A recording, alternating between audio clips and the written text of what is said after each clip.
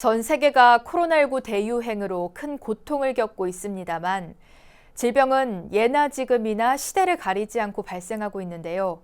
조선시대에도 역병이 돌았을 때 강력한 사회적 연대와 격리시설 운영으로 이를 이겨냈다는 기록이 전해지고 있고 그 중심에는 사찰이 있었습니다. 대구 BBS 김종열 기자입니다.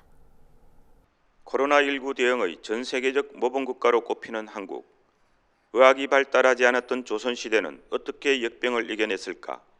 한국국학진흥원은 조선 선비들의 일기와 실록을 통해 역병 극복 사례를 자체 웹진을 통해 소개했습니다. 코로나19로 국민들의 긴장감과 피로감은 쌓여만 갑니다. 이번 호는 코로나19로 위기를 극복할 수 있는 이웃에 대한 신뢰, 사회적 연대 등을 생각해보고자 기획하게 됐습니다. 코로나19 위기를 극복하기 위해 정부와 지방정부는 하나가 돼 강력한 방역 체계를 가동하고 있는데요. 조선시대도 왕명으로 벽온방이라는 서적을 간행해 방역 정책을 지방과 민간에까지 전달되도록 했습니다. 또 의료 업무를 담당하던 관청인 활인스가 출막이라는 임시시설을 성밖에 설치해 감염병 환자를 별도로 관리했습니다.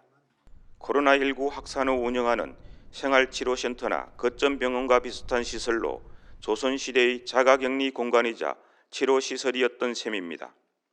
먹고 살만한 양반들은 집에서 자가격리를 했으며 뜻있는 선비들은 자신의 집에 병에 걸린 백성을 들여 돌보기도 했습니다. 이 같은 사실은 16세기 경북 안동의 양반 검난수가 쓴 성제일기의 기록으로 남아 있습니다. 특히 조선 최고의 목민관으로 꼽히는 청대 권상일이 쓴 청대일기에는 감염병에 걸린 백성을 거둔 문경 대성사에 대한 기록이 전해지고 있습니다. 조선 영조 때인 1755년 12월 경상도에 감염병이 기승을 부리자 대성사는 신분을 따지지 않고 사찰로 사람들을 모두 불러들여 스님들이 감염을 각오하고 죽을 끓여 먹이며 병을 돌봤습니다. 갑자기 몰아치듯다가와 생명을 앗아가는 역병 앞에서 사찰이 치료 공간의 역할을 한 것입니다. 조선은 기록의 나라다 보니까 특히 이제 역병 극복의 기록들도 우리가 굉장히 많이 만날 수 있습니다. 근데 그런 어떤 그 기록을 통해서 우리가 얻을 수 있는 가장 큰 힌트는 결국은 역병이라는 대단히 큰 어떤 그 재앙에 대해서 우리가 극복해낼 수 있는 유일한 방법은 인류가 서로의 공동체성을 회복하고 또 서로의 어떤 그 연대와 보살핌 이런 것들을 통해서 이겨나간다는 사실을 정확하게 알 수 있다는 점에서 이 기록은 굉장히 중요한 의미가 있다 이렇게 말씀드릴 수 있겠습니다.